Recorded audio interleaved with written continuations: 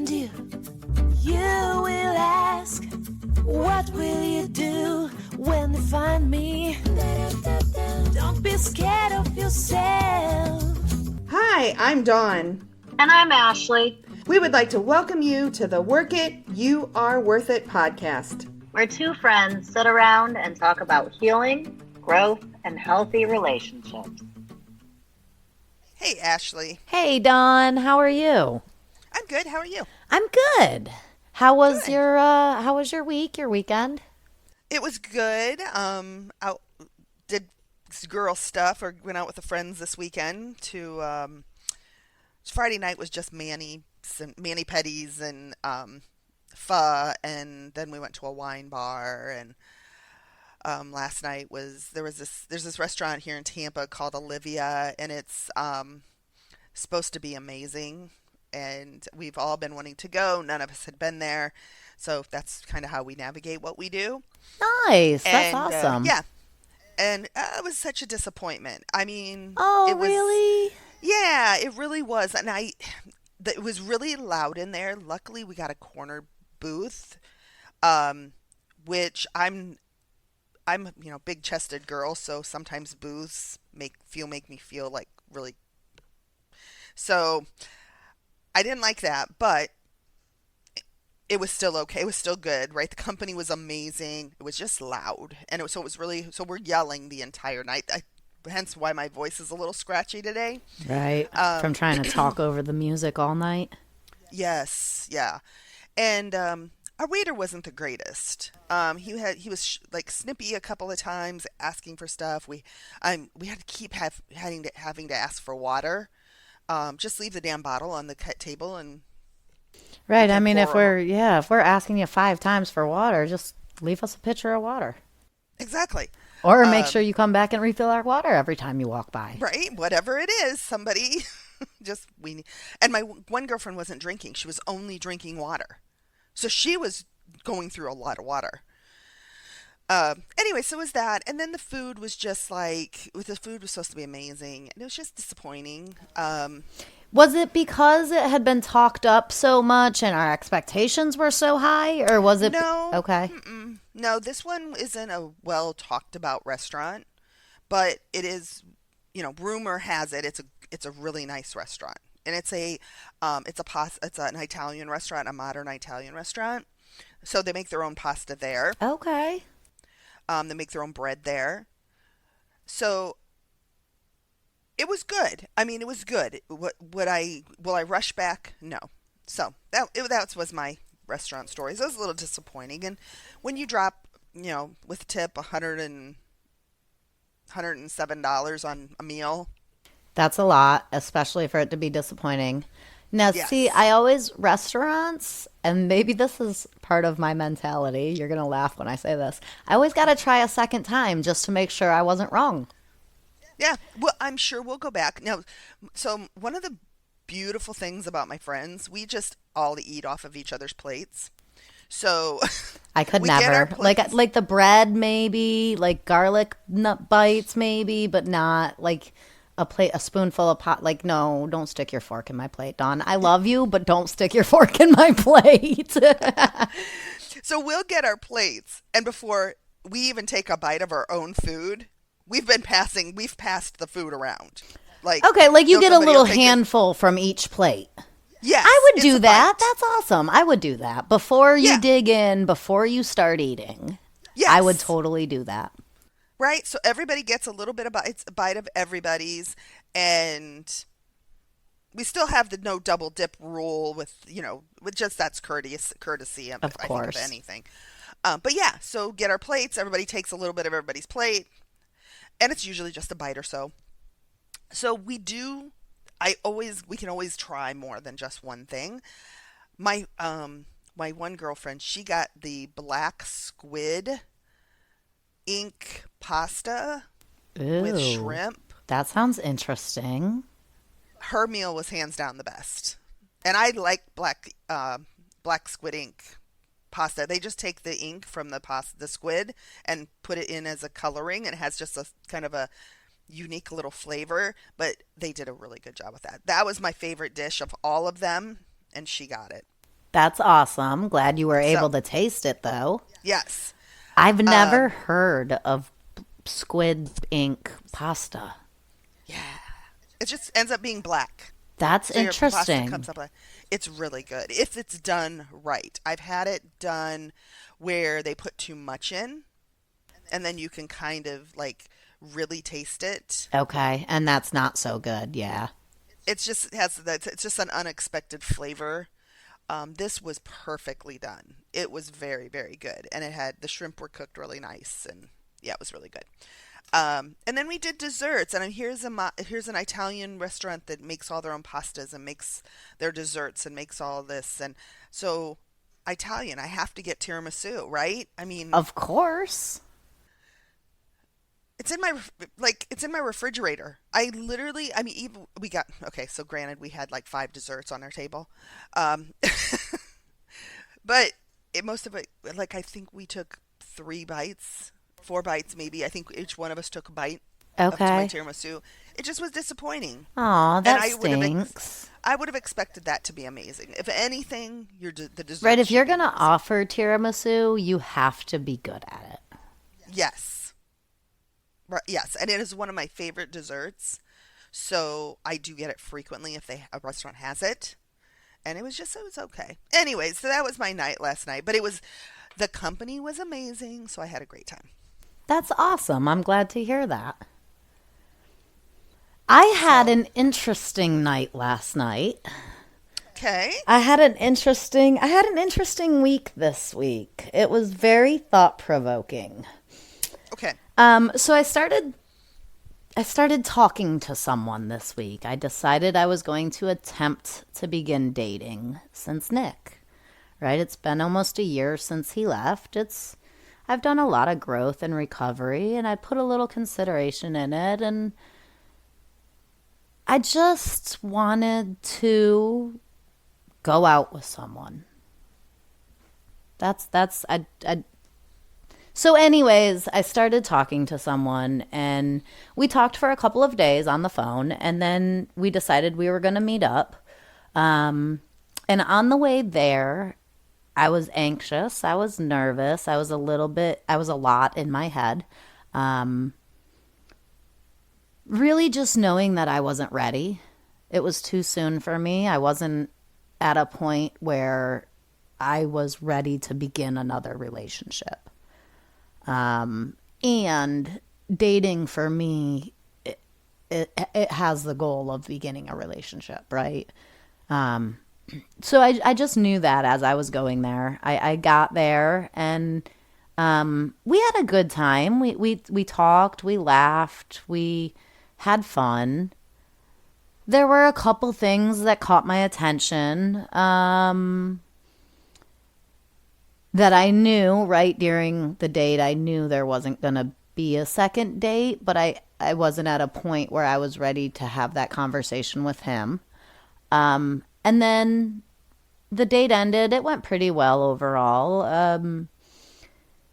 It ended and I went home, and then there was some communication afterwards that just really told me, one, I'm not ready to date anyone. First and foremost, right? I have too many things I still need to work through with Nick, with my ex, and it's not like things that him and I need to work through together. It has nothing to do with him. It's things that I need to work through so that when I am ready, I will be in a good, healthy place. But then there was conversation afterwards yesterday evening that just really made it clear to me that not only am I not ready, but that specific person is not the person I want to date if I was ready.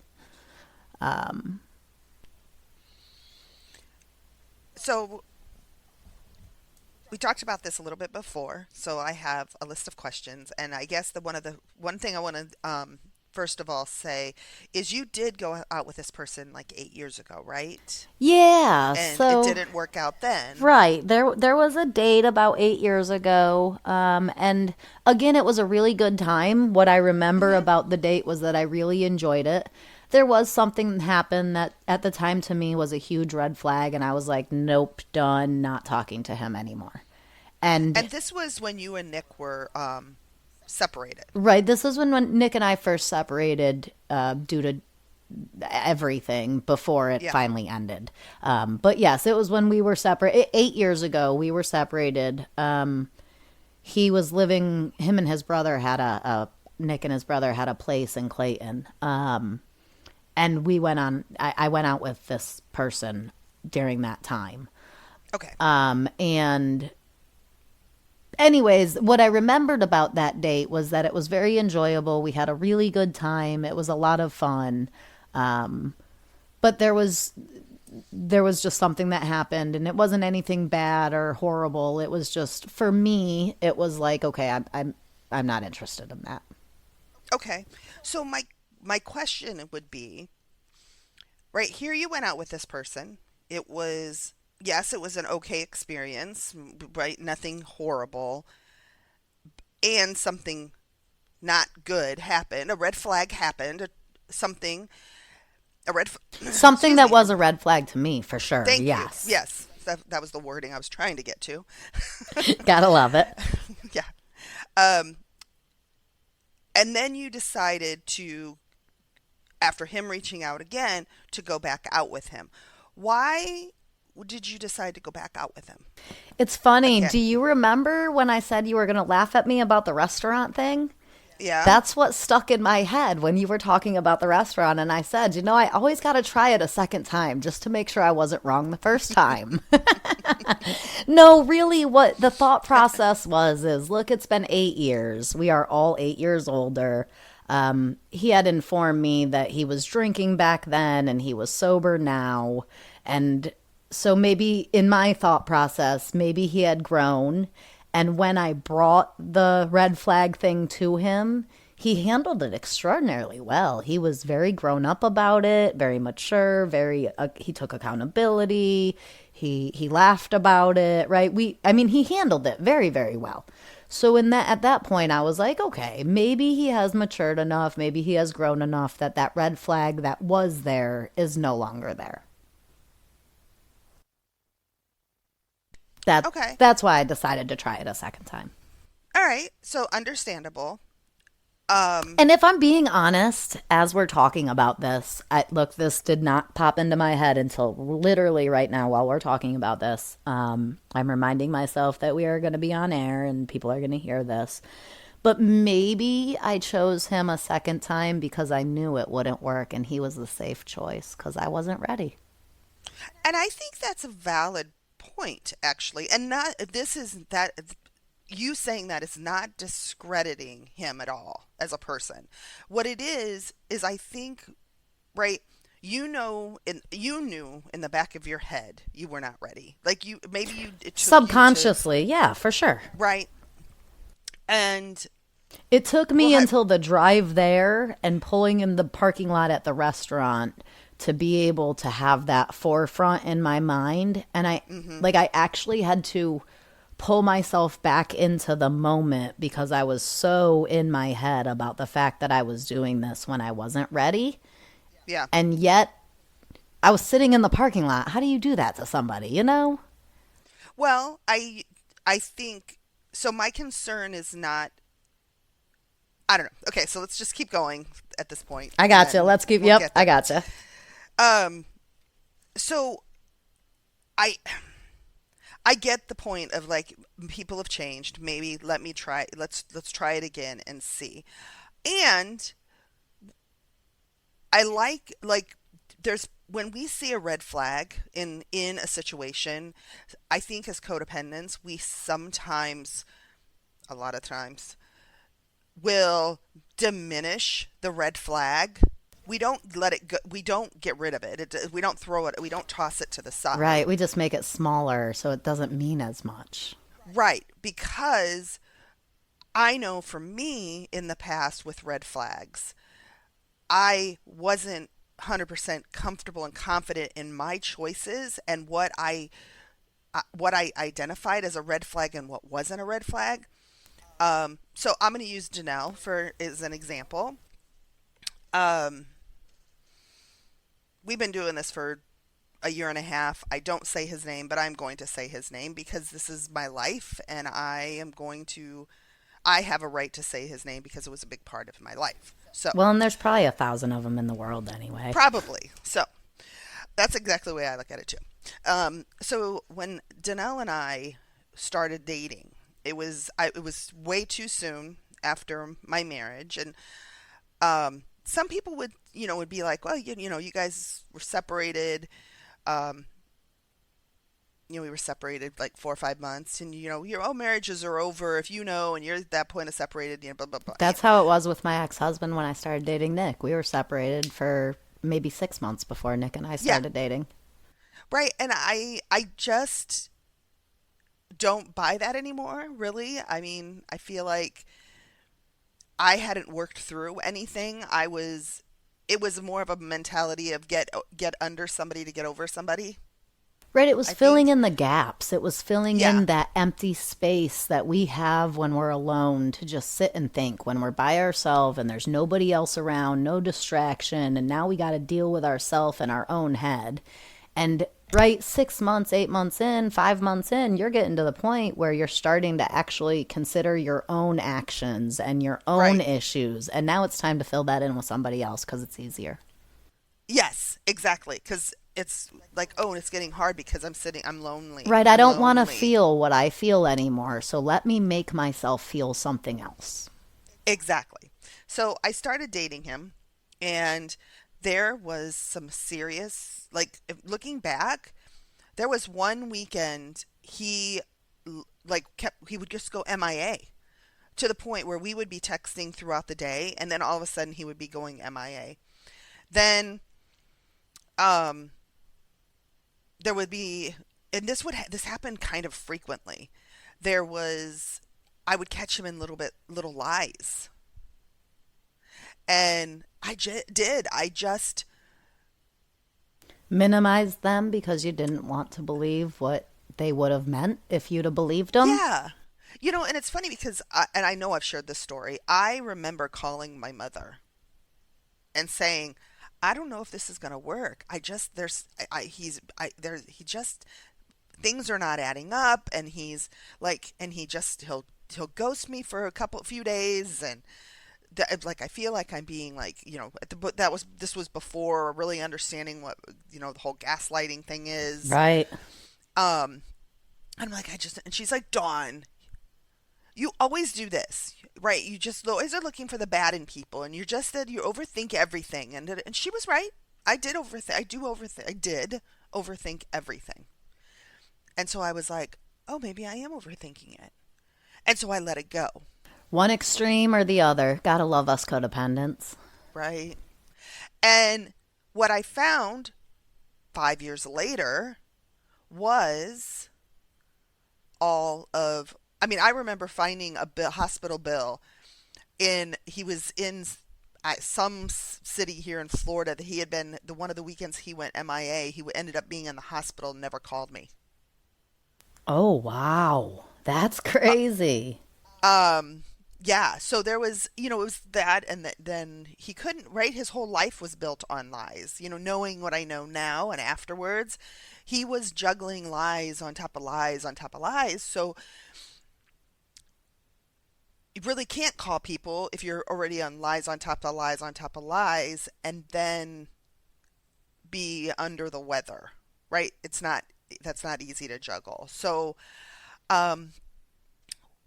what I realize now is I didn't understand what red flags were. I didn't understand what was okay for me and what was not okay for me. Right. And allow myself to make the decision based on what I knew.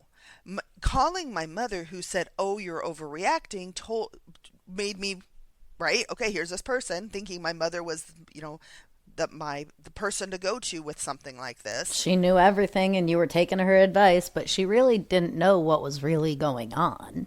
Right. And she should have said, well, Dawn, if you're feeling this, so right, and this is something that I've been able to use for Dylan, is, honor your feelings. If this is the way you're feeling, talk to him about it.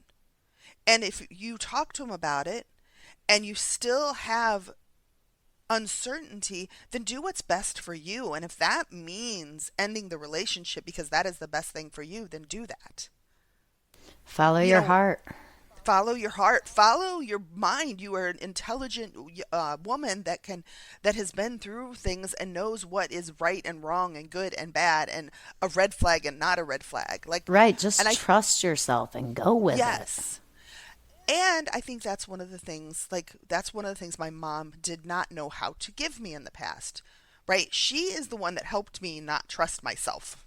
Right. And that's that's one of the hardest things to overcome, right? From a very, very young age, you feel something and you're told you're wrong. Let's just, for example, my daughter and myself. Through this separation and this dissolution of my relationship with her father, there have been many times that she's come to me and she's been like, "Mommy, are you okay?" And I'm like, "I am. I'm sad, but I will be okay. I got to work through it." My oldest daughter, when she would come to me and say, "Mommy, are you okay?" I'd be like, "Yeah, Mommy's fine. Don't worry about me. Everything's good." That's telling her that what she sees isn't real. What she Yes. believes, what she feels. Like when I lie to my children about whether or not I'm sad, that tells them that their observations are wrong. That's the same thing as gaslighting. Yes. And isn't as thinking at the bit, I love that you brought that up because I think that's one of those things that we, as a society and people, we don't think about. When I lie to my children, like you said, I can see if someone is happy with their face happy, and I can see when someone's kind of down and just, like you saw Inside Out too Yes, recently, yes. as I did too, right? You can tell. Right, it's very clear. And then you have a little kid a child comes who knows happy and who knows sad and who knows funny and who knows these, and you say, no, that's not what you're seeing. Right? That's confusing. It changes, right? They don't trust themselves. And the other side of that too, no, I don't think we should tell children everything that we think and feel. We don't need to put them in the middle, obviously. That's not right. Good, healthy, good codependent, one extreme to the other. Not in this case. Right. I think it's important to acknowledge, especially to our children, to the people around us, yeah, I'm not happy right now. I'm sad, I'm hurt, I'm grieving, I'm frustrated, I'm irritated, I'm whatever the feeling is. And I will work through that and I will be okay. Yeah. And we have to go through this sometimes. Like, right, supporting the fact that it's okay to be sad. Right? And what's wrong? What's the matter? Like, as soon as somebody is sad, that's what we go to. What's the matter? What's wrong? You can see their person sad. Just let them be sad. When they're ready and if they want to talk about it, they'll come to you. Yeah, I can't stand when someone tries to change how I feel. This has been annoying. it's been a new development since Coda. I used to, when I was sad, go to people looking for them to make me feel better. Right? I would, when I was sad, I would go to Nick and I would look to him. It was his job to make a joke or to get me food or whatever the case may be to make me feel good. Now, when I don't feel a positive feeling and somebody tries to coerce or convince or persuade me into feeling positive feelings, I actually get extremely defensive because my feelings are good, my feelings are right, and I am going to feel how I feel, accept and acknowledge what I feel, and be okay with it. Yeah. Okay, so I want to go back to Right what back. kinda happened. We do this all the time. I love know, it. right? This is a normal conversation with us, though. That's how I No, it like is. doing it. That's why I always have to write lists down. We usually, if we're talking about something serious, I always have to write notes down because anyways. So, okay. So, my next question would be for you is, have you experienced... So one of the things for me is I'm noticing, and I don't know if this is just a day and age thing or if it's just a man thing. could be a woman thing. Yes, it's a woman thing too, so I've done it. But talking about sex really early. I know. What the heck? I've done it, right? I've pre-recovery, in early recovery. Sex is a very powerful thing, especially as a female, to get men's attention and all of this. But what I'm realizing, like, as through my recovery, is it's not about the sex. I'm looking for intimacy. I'm looking for physical touch. I'm looking for Connection. And why in dates, early dates for date one. I mean, even before the date, half the time. Yes. Like, that's a really good question. I know for myself, if the guy starts getting sexy flirty, I am still learning how to shut that down. Yeah. And the reason that I'm not good at shutting it down yet is because, right, flirting always gets me my way. Mm-hmm. My entire life, I am a pretty girl. I am what probably 70% of men in the world find attractive. And so, I hate saying this because it drives me nuts and it makes me angry. But when nothing else works, I know I can usually use my looks. Mm-hmm. So I'm not used to when I know that will make it easier and make it better and I'm not used to shutting it down. It takes practice. Yeah, and I think that's something, right, for me it's something that has coming with my recovery, and I still it's kind of hard, and you hit it on the head, like, right, these are old patterns that I have used that have worked successfully, not just in romantic relationships, but in work. Day-to-day relationships, right, at the bank, at the grocery store, at the doctor's office, at the pharmacy. You tell me what, at the gas station. Yes. Hell, when you're getting a ticket by a freaking police officer. I don't care what situation it is, sex sells. It does. And I am in a different place now where my life is not, and I don't want it to revolve around sex. I am not too. Looking for a relationship based on what we do in the bedroom. Not at all. And frankly, the physical act of having sex is the absolute last thing that I'm considering when I'm considering a relationship.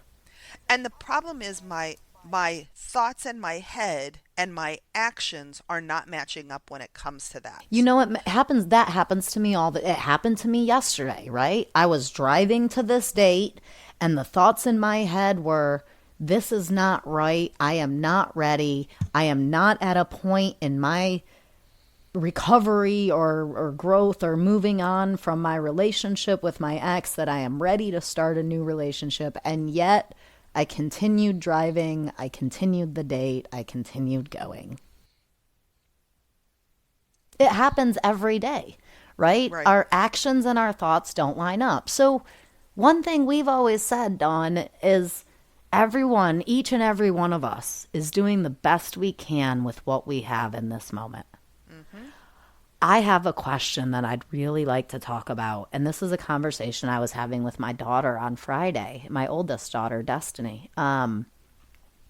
How is it that we can possibly be doing our best in the moment if I know driving to this date is not going to work out and it's not the best and it's not what's right for me, and yet I'm continuing driving? How is it that is the best I could do in the moment when I know it's not the best course of action?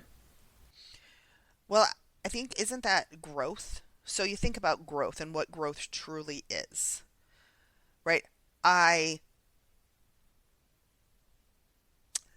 experience something.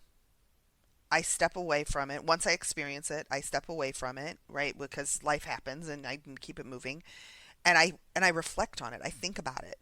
And then through that thinking about it is like, oh, I didn't like that. I don't want to do that again. So what then I happens when change we it going keep forward. doing it though?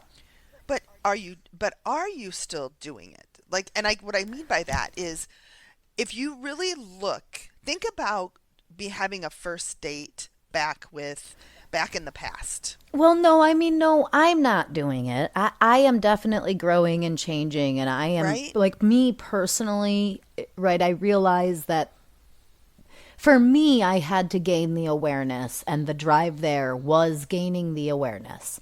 And then I'm sitting in the parking lot, and I'm like, okay, it would be really fucked up to cancel now. I need to follow through. And so in that moment, yes, that was the best I could do. But let's Right. talk about someone who's But wait, wait. Okay. I want to use this really quick because you just said something. Okay. So you're sitting there. I'm in the parking lot. I've thought about this. I know it's not, but I continue to do it because that would be a really shitty thing to do. So you were thinking about the other person, and that's why you went through with it. Correct.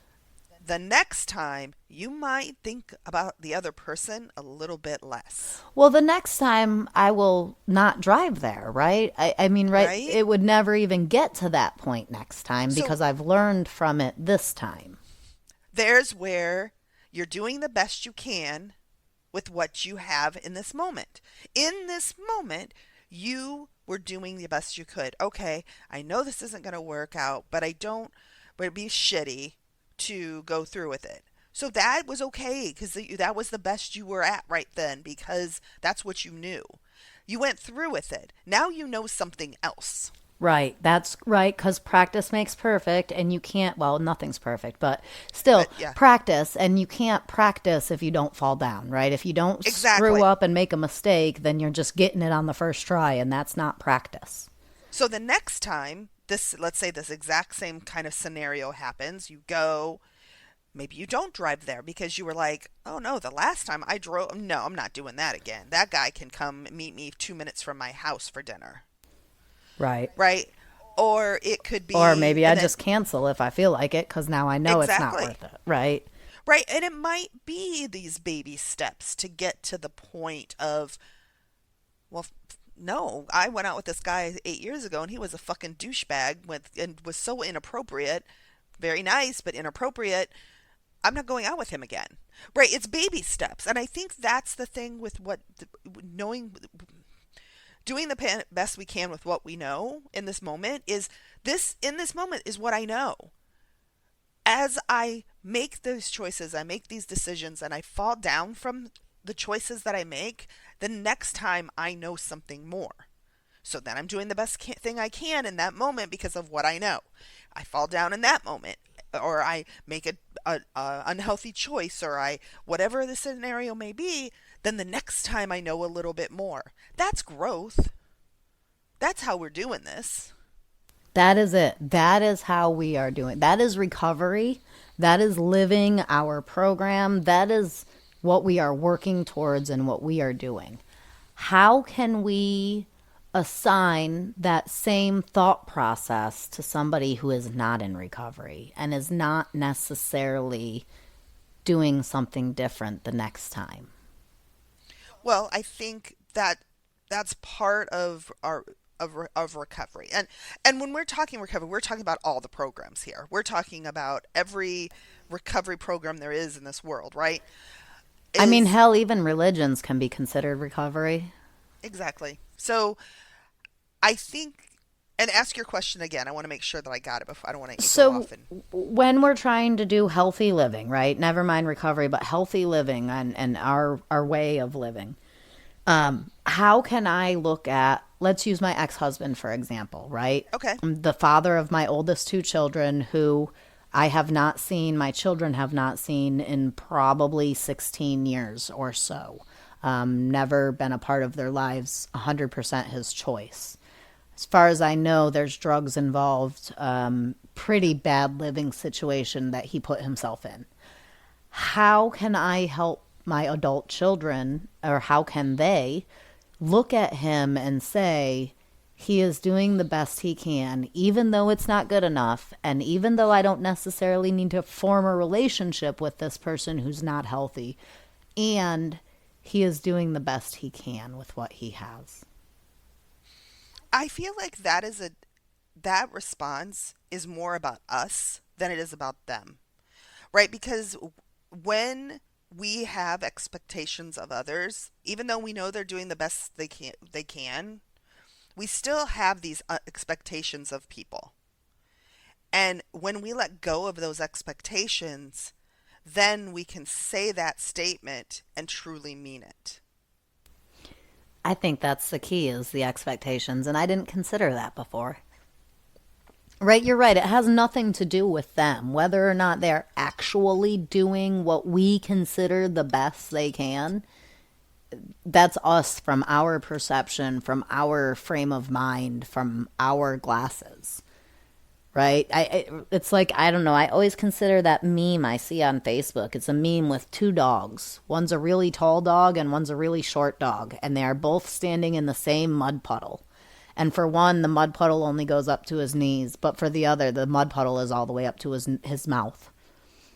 And I think the point of that meme is, what's nothing to you except a little bit of mud on your leg, for somebody else, they could be drowning in it. Right. So it is about understanding that just because I think I would do better, or just because I think I could do better, or just because I think they could, or I expect more, doesn't necessarily mean I'm right. Right. I mean, and I think we have to let go of those expectations. And by doing that, and I'm not going to say that's easy to do. I think it can be very, very difficult to do. My storytelling in my head has served me well for a really long time. For sure. Right?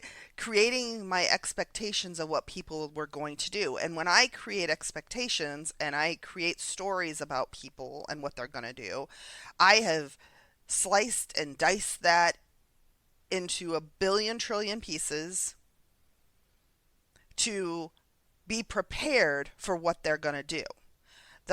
The thing with that is I'm never right. I'm rarely right. Because people are unique in themselves. They're complicated.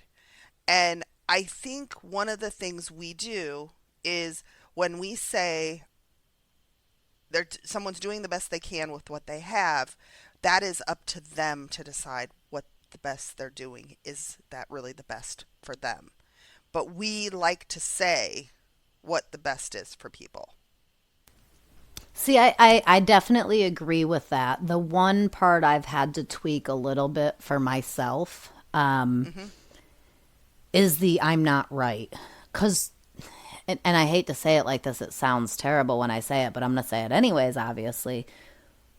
Typically, when I predict that someone is going to do something, or I believe someone is going to do something, they typically do it. So what I have had to tell myself is, doesn't matter if I'm right or wrong. I don't know. If I believe it, I create it, and it's none of my business. Mm-hmm. Those three things, if I believe it, I create it. Just because I believe it doesn't mean I know. And it's none of my business. Yeah. And the reason for that, right? Because when I look back on my life, I think about all the times I said, "Oh, this is going to happen. This person's going to do this," and I convinced myself I was wrong, and then I stuck it out and I was right. Or I said, "If I do this, this is going to happen," and then I did it, and that happened. Okay. Right? Or I said, "Oh, if he does this, this is going to happen to this relationship," and then it happens. So I have not gotten to the point where I can tell myself I'm not right. I don't know what's going to happen. I have gotten to the point where I truly believe I can see some of the options of what another person may or may not do if they go down a certain path. However, it's none of my business. And if I believe it and I act as though it'll happen, it will certainly happen. And it's just not my place to create it, to tell them about it, to push it, to, you know what I mean? Mm-hmm. But I think one of the things that we have to work on is not doing those things of telling the stories and having Not ever telling the story. Right. Not letting it come predicting up. what is going to happen. Absolutely. I agree. Because I am not that powerful. I am not my higher power at all. I'm not going to pretend to be my higher power because, well, when I try to be my higher power, it doesn't always go the way I want it to go. Right. Right. I have to shut the story down. Otherwise, Yes. I do believe it. Every time. If I don't shut the story down by saying, Ashley, it's none of your business. If you believe it, you'll create it. And you're not a fortune teller. I have to tell myself those things, even if I do believe that if I truly look and I wanted to know, I could be right. Does that make sense? Yeah. Because I know there's people out there like me who are like, no, you can tell me that I'm not right and I'm not a fortune teller, but my whole life I've been able to predict things that are going to happen, and I have been correct up to this point. And that has not been helpful of me with that mindset. Because with that mindset, I become defensive and protective. I try to prevent things from happening. I become controlling and manipulative, and I try to do things to get people to do healthier things. Mm-hmm. So I've had to change that mindset from that to it's not my business and it's not my place. I am not their higher power. If they want to go down that path, they have that right. And my only job is to accept it and allow them to do it without trying to get in their way. So here's an example of that. So if Ashley would have called me and said, "Hey, I was talking to this guy and I'm going to go on a date," I would have been like, "Why are you going to go on a date?" Oh, yeah, you absolutely would have told me that it was not the healthy or correct thing. Right? But that's not my place, right? Ashley had to go on this date herself to figure out it wasn't the right thing to do. And you know that's why I didn't tell you, right? Yeah. Because I knew that you would be like, Ashley, you're not ready. And at that point, I would have had to face it, and I would have had to communicate about blah, blah, blah, right? And subconsciously, I just didn't want to hear that. And I think that's one of those things, and that's really actually a good thing to bring up, is one of those points. When we do that, if I cannot go to someone in recovery, and I'm gonna use that recovery, right? If I was going to someone, I would go to individuals that have been working this recovery program, that have, are out there and living their recovery. When I can't, or I tell myself, like you thought, like there was this conscious thought about. Do you know who I called instead? Who? My dad, my real dad, my biological dad. And I called him instead because he has probably been the number one supporter in my life of move on. Move on, let it go, move on. It's not healthy, let it go, get past it, move on, right? So I knew without a shadow of a doubt, and I actually told him, I called him because I knew he would talk me off the ledge that I wasn't actually standing on. Right? And he did. He made some jokes and he was like, man, just go and have fun and experience life. And I called him because I knew that he subconsciously, Yes. Right? This was not a conscious thought process. I never said, oh, I should call Dawn. Oh, I should call my sponsor. Oh, I should call X accountability partner. No. Right. Instead, I went, ooh, let me call my dad.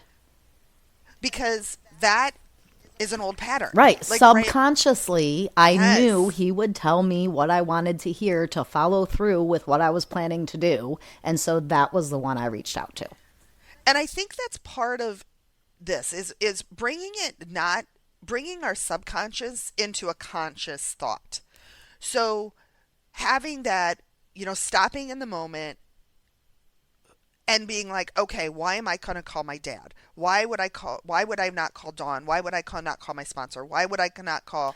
Oh, I knew why I called my dad in the moment. right? Right? And I said to my dad, I'm calling you because I know you will talk me off the cliff that I'm not actually standing on. And that cliff was whether to go home or whether to continue forward. and the thing about it is you did not consider anyone in recovery Absolutely not. Not even a thought about it.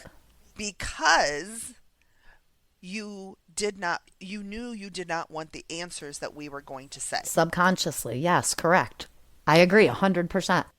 And the problem with that, I think that's why those have to come to, there has to be a thought of, would I call Dawn? Would I call my sponsor? Would I call, right?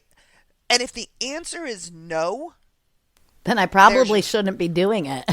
exactly, right? That's the thing. And I think that's one of those part of the tools that is not spoken of in recovery as much as it should be, is if I cannot call the person someone in my recovery program and tell them what I'm doing because I would be feeling shame or I don't want to hear what they're going to say, Then I know this isn't the right action. Yeah. and that's conscious thinking. Do you know who I called on my way home from this Who? date? My mother. Oh Lord. I went all the way around from healthy to healthier to healthiest all the way through, didn't I? Oh. Oh yeah. That was fun. Yes, she told me how me and Nick were going to be very regretful in 40 years that we aren't best friends and can't talk to each other about this stuff. Now, I am going to say this. Your mother was spot on. I have no idea where we'll be in 40 years, and who knows if we won't be friends at that point. Well, here's what I'm going to say. This is what I'm going to, it's not about what she said. It's about the timing. It's about the way. It's about the process. You wanted to hear what your mother said. You knew. I knew that when I called my mom on the way home from that date, she would bring up Nick.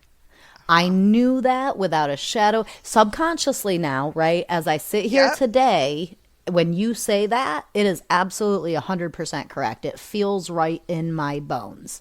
I don't know why I wanted my mom to talk about Nick, because you haven't processed through Nick. Other than I'm not ready to start dating. I need to finish working through that process.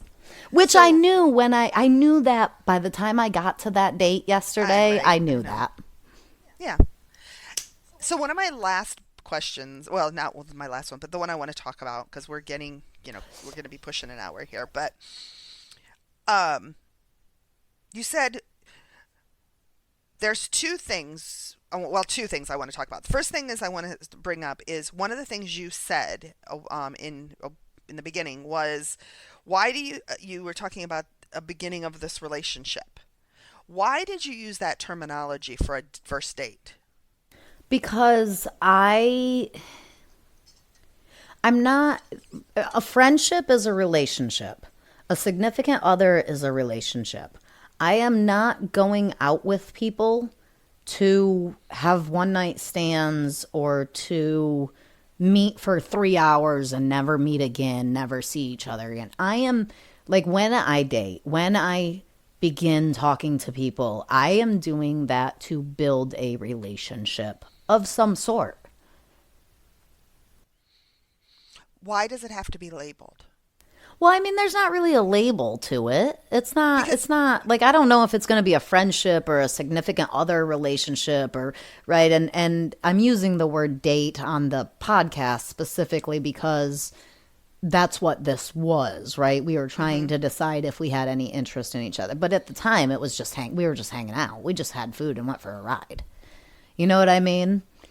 The thing about it is I've done this is, right, I meet someone and then my head goes into these stories of, okay, right, he's a nice guy. I could see, how this would be as from a relationship, or, would he be the marrying type? Would he, right? It's these, why can't we go on a first date and it just be a date, a first date? Like, why do we have to think about tomorrow? Or I don't know that I was. okay, I don't know that I don't believe I was, actually. I was simply But there to get but to know him. but you've done that. I have done that in the past without a shadow of a Yes. doubt. Yes, I absolutely know what you're talking about, and I have done that in the past where you're sitting at the table and you're looking at him to see if he chews with his mouth open or not because you can't stand the noise, and could I live with that forever? Right. Right? No, I don't.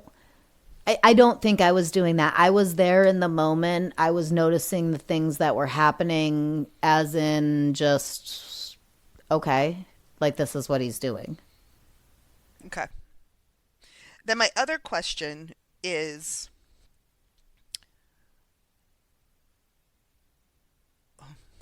I'm just going to say it word it this way. Why do we need someone to get over someone else? Why do Oh, you we don't. why did you need to go on it? Because you Right. were clearly not So, over. no, not a. That does okay. And I so want to you're be clear- really clear, though. It's not Nick. It's not that it is that man, that specific person. That it is the stress and the drama and the situations that happened in that relationship. And But I want to hang on. I want to say something. I want to. At the end of the day, you and Nick are not together right now. You don't know what the future holds. Doesn't matter what the future holds. You're not together right now. And Ashley, you have 17 years with this man, and you do love him. I love Mark. I loved Joe, Dylan's dad. I love Danelle. I just can't be with them. I don't want to be with them. oh, I love Nick without a shadow of a doubt. There's no question about that.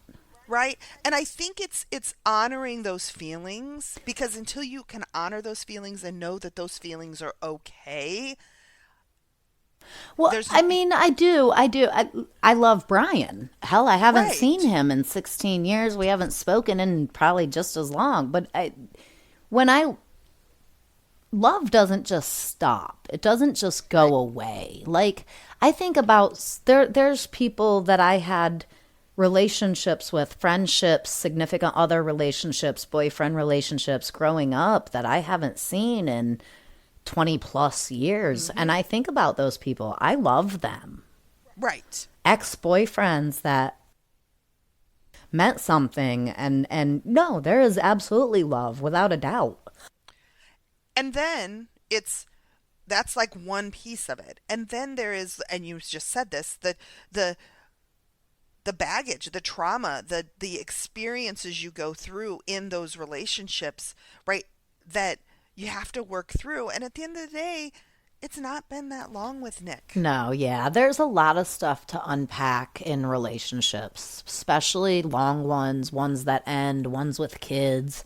There's a lot of stuff to unpack. And I think, right, that's the hard part is I want to be done unpacking. I'm ready Right. to be done unpacking. And yet I'm not. And that's okay.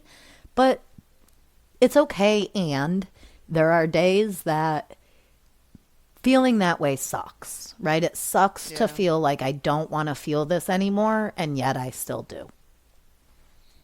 I told someone, I don't remember who, I told someone that I just want to be at a point where when someone says or does something, I don't worry about what's going to happen next. I don't worry about what they're going to do next or what they're going to say next or what situation's going to come up next. It just is what it is in this moment, and I'm reacting and acting accordingly in this moment. Be that dating, relationships, whatever.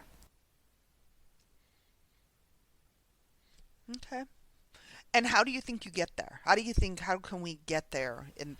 What is some of the steps to do that? Oh, what we're doing right now, right? Taking our own inventory and being willing to look at myself and the things that I'm doing and why I'm doing them. Being willing to ask the hard questions that would be way easier to just avoid. And I think those underlying feelings, right? It's getting to the root of those feelings and what the root of the thoughts, and being okay with what the root thing is. And I'm gonna say, I've talked about this, and right, for me, most of my thoughts lead to me feeling less than. Right, I struggle with my own position in this world of I'm less than. I'm okay with that, right? What I mean by that is I don't look at that as less than anymore. Because now I know, all right, wait a minute, Dawn. Why do you feel like you're doing the, why do you're feeling less than? Okay, we know what to do. We know what to do when we feel less than. I know what to do, right? I have a conversation with myself and I talk myself through it because that's my little Dawn being scared. The little Dawn that got sent to her room or got, shunned to her room or has been in her room for hours on end with no one checking on her. Yeah. And okay, well that's Dawn back then. The Dawn today, my adult Dawn, knows that stuff is not true. The recovery Dawn knows that stuff's not true. So then I have to come in, right? And I have to tell her it's okay. We're not that person anymore. We're not that little girl anymore. Come on. I gotcha. And I kind of, it's almost like self-soothing myself. Yeah. Through that process. It's reparenting. And yes. But I don't feel shame anymore over feeling less than, if that makes sense. Yeah, I mean, look, I know that going on that outing last night, that date last night, it was not necessarily the best course of action. And yet I know there's absolutely nothing for me to be embarrassed or ashamed about. I did the best I could in the moment. Right. Good. First of all, I'm going to say this. Good job putting yourself out there. Right? I think, because even if you would have called me, do you? And just, I think talking to someone in recovery should be is just be honest with yourself why you're doing it. And if you're honest with yourself about why you're doing it, then do it. That's it. As long as I know what I'm doing and I'm okay with it, as long as I am aware and cognizant and even if I'm not aware until afterwards, it's okay. That's how we become aware in the moment, is by being aware afterwards and then moving it up progressively. Because again, if you're not aware of something, how are you doing the best you can, right? When you become aware of it, the next time you can be the best in that situation. Growth, recovery, health. Hell, dating at 40 is like bobbing for apples in boiling water. It's easier than dating at 50. So you better figure it out before then, because Jeez Louise. The pool just gets smaller. I believe it. And the fish get weirder. Oh, God. Because, right, the older, that's the thing. It's like 50s, people have now, they've got their lives kind of set. Yeah, and get in 40, where you fit in. Yeah, and it's like, ooh, they live their life like that. I don't know if that works for me, but I don't want to change my life either. So it's dating older is different. It definitely is. And I never, you think back to your 20s, I never thought I would be trying to navigate dating in my, 40s and 50s. Oh, I didn't either. I had no inclination at all that I would be trying to date at this age. And honestly, after this weekend, I'm not trying to date, but I will be eventually, so. Yeah. I told you about the whole thing with New Orleans and, meeting this musician and all that. Right, yeah. Right. Have you heard from him? Oh, yeah, a few times, okay. Yeah. But I'm not stressed about it. I'm not even worried about it. I don't think about it half the time, and he's probably reached out more than I have. That's what I know is right. I'm not ready to put in effort into that aspect of my life, so that means I'm maybe not ready yet. But it also means that I'm closer to that aspect of my life being part of it again. Right. than I was before I went. And I think that's an important awareness, right? That's an observation that we have to take heed of, because progress is perfection. That's like, we will never be perfect. As long as we are making forward progress, it doesn't matter if it's 3 steps forward and 2 steps back. That is still forward progress. And as long as we are making forward progress, then we are perfect. You posted this it's not really a meme, it's a video about the stair. Remember that guy on the stairs? Yes. And I love that thing. So it's the base is going around, and he's going up the stairs, and he keeps falling off, or he keeps falling back because of the way it's going. Right. And it's such a good representation of what recovery is. Right. So he'll go up 3 steps, and then he falls, and then he jumps back up, and he goes up 4, and he goes down 2, and then he goes up 5, and he falls, and he comes back up 3.